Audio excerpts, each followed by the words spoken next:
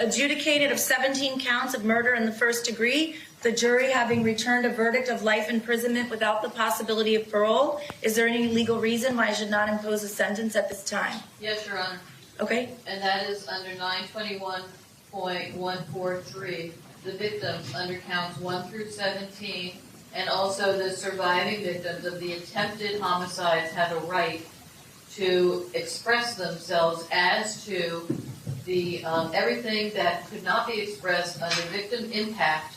They can express themselves as to crime and what they think should have been the appropriate disposition and sentence. It is anticipated that that could be a lengthy sentencing hearing because it applies to all 34 counts of the indictment.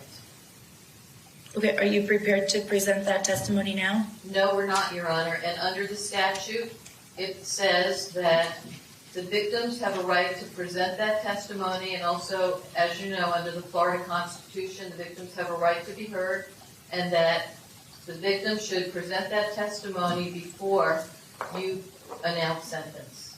Okay, when can we do that on November 1st, which is a Tuesday? Yes, Your Honor. Okay, I'll reset the sentencing for November 1st, Tuesday at 9 a.m.